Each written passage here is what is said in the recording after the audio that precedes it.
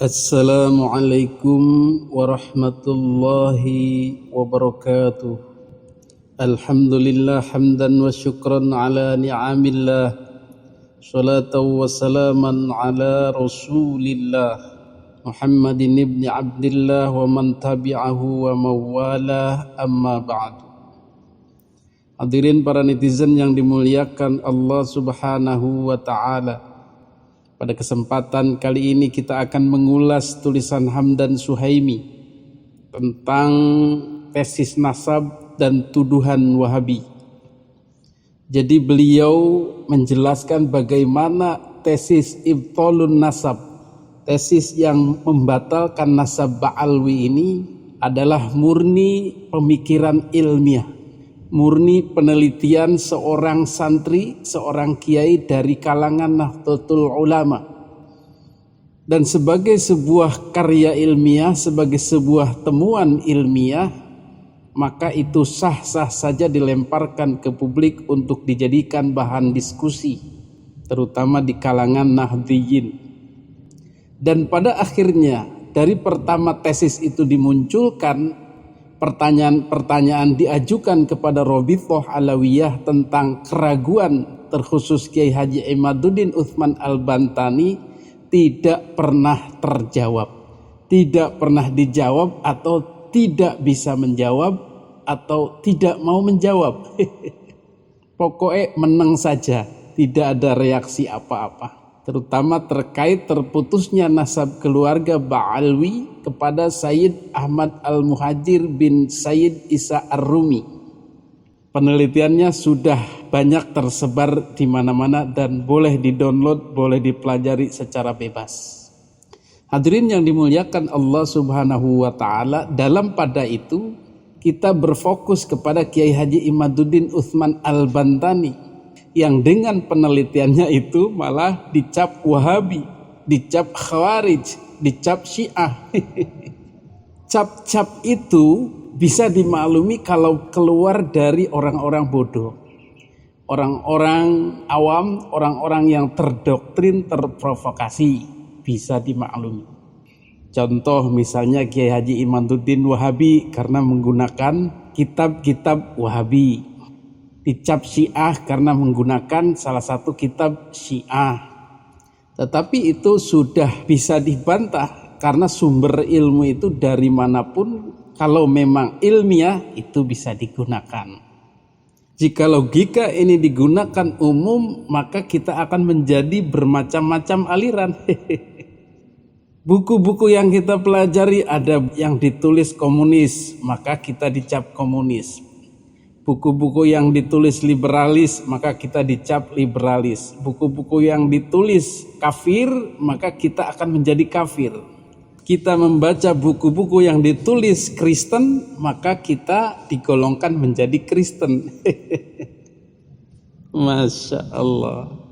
Lah ini sekelas petinggi PBNU berpikiran seperti orang awam. Mau singkat saja, mau enaknya saja, mau terdoktrin saja.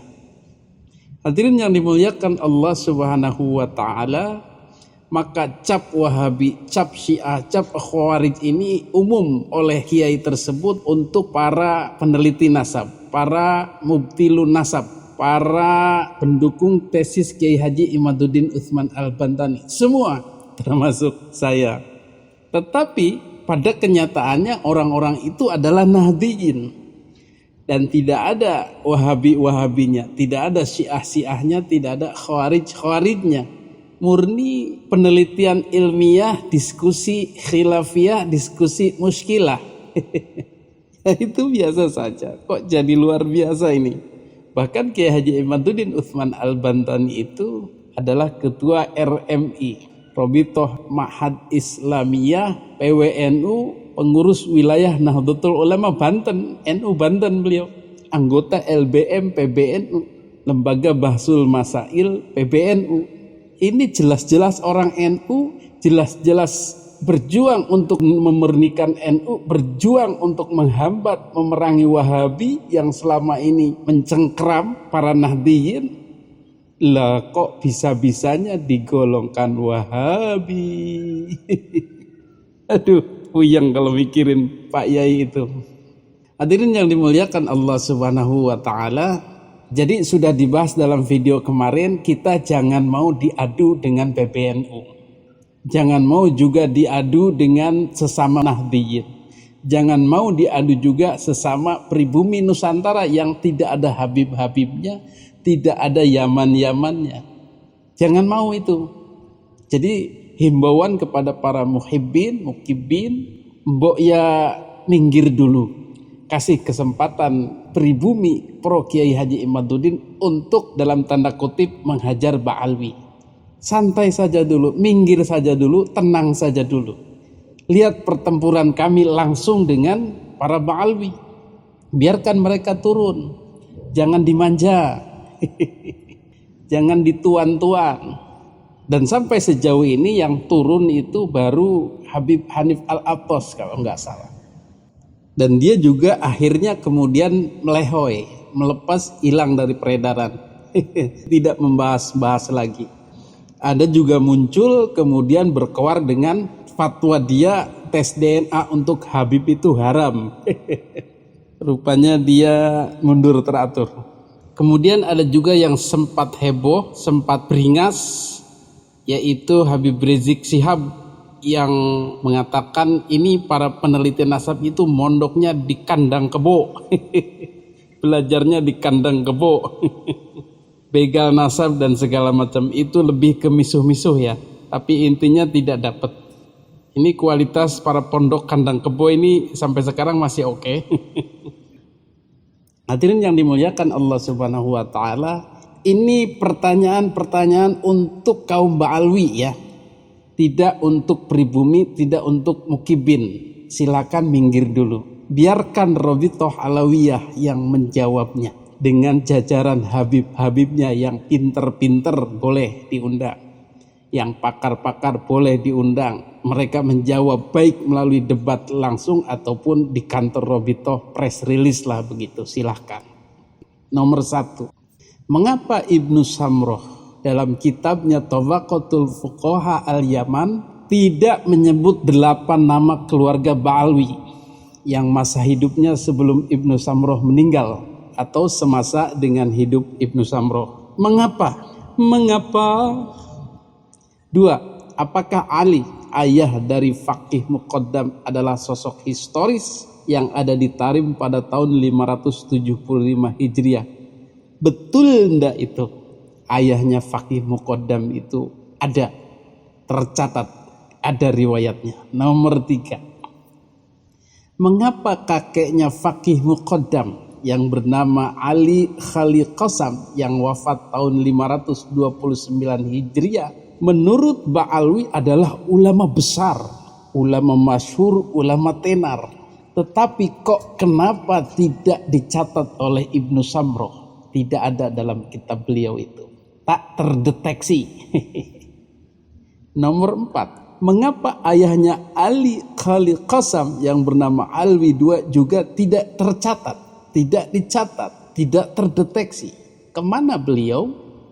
Nomor 5. Mengapa ayahnya Alwi II yang bernama Muhammad juga tidak ada catatannya? Blank. No record, no information. Nomor 6. Mengapa ayahnya Muhammad yang bernama Alwi I tidak dicatat, tidak tercatat, tidak terdeteksi, tidak terdengar?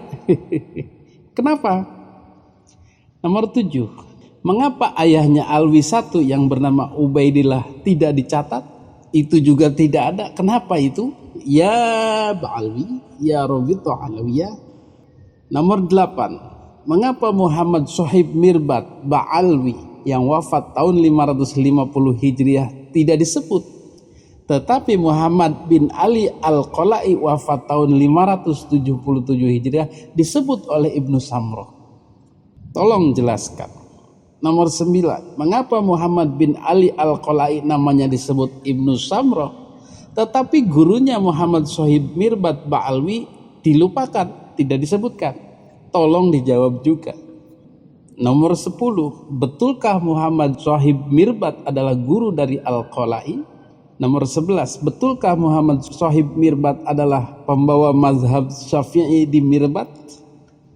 12. Apakah ada nama Muhammad Sohib Mirbat disebut di dalam kitab sejarah yang mu'tabar sebelum abad ke-9 yang dikarang oleh Bukan Ba'alwi? Nah, ini pertanyaan tambahan. Pertanyaan-pertanyaan yang membingungkan kami, yang meragukan kami akan keberadaan orang-orang itu, akan ketersambungan nasab kalian, maka ini tolong dijawab oleh yang empunya nasab, alias Ba'alwi atau Robitoh Alawiyah. Yang orang-orang pribumi, yang mukibin silahkan menonton dulu. Jangan sampai kita bertarung, berdebat, berargumen, uyel-uyelan, gelut. Sementara yang punya hajat malah ongkang-ongkang kaki menonton. Ini kan lucu, ini kan menyedihkan. Jangan sampai kita menjadi tontonan mereka. Sesama kita gelut membela orang keturunan luar. Kalau dulu zaman Belanda dulu ya begitu. Belanda tidak mampu melawan, tapi dia punya trik yang hebat, yaitu membayar, mengundang jawara-jawara yang bisa mengalahkan pribumi yang hebat itu. Tentu saja dengan iming-iming duniawi. Kemudian jawara-jawara pribumi ini ya karena kebutuhan duniawi, uang, jabatan dan lain-lain, bertarunglah dengan jagoan pribumi itu. Seperti film Jaka Sembung itu loh. Berapa banyak itu jawara-jawara yang turun hanya untuk mengalahkan Jaka Sembung dengan iming-iming hadiah itu. Kita jangan seperti itu. Film itu mengajarkan kepada kita agar jangan mau diadu. Kemudian mereka hanya menonton. Kalau mau turun langsung. Begitulah kira-kira. Mudah-mudahan pihak Robitoh Alawiyah bisa menjelaskan ini semua sekaligus dengan pertanyaan-pertanyaan dari Kiai Haji Imaduddin Utsman Al-Bantani. Jika sudah dijawab, maka kita bisa menilai apakah klaimnya itu beralasan, apakah argumennya itu meyakinkan kita untuk mengakui nasab mereka tersambung kepada Rasulullah, ataukah semua absurd, semua tidak mendasar, semua mengarang-arang, semua berdasarkan zon saja, tahayul saja, cerita-cerita. Itu tidak bisa untuk mendukung klaim. Dalam hal ini sebenarnya adalah yang mengklaimlah yang harus bisa membuktikan klaimnya itu. Saya cucu Nabi, buktinya mana? Itu yang kita minta. Karena kita tidak mengklaim sebagai cucu Nabi, keluarga Nabi, keturunan Nabi, maka kita tidak perlu membuktikan apa-apa. Tetapi orang yang mengaku-ngakulah yang harus membuktikan. Saya pemilik rumah ini.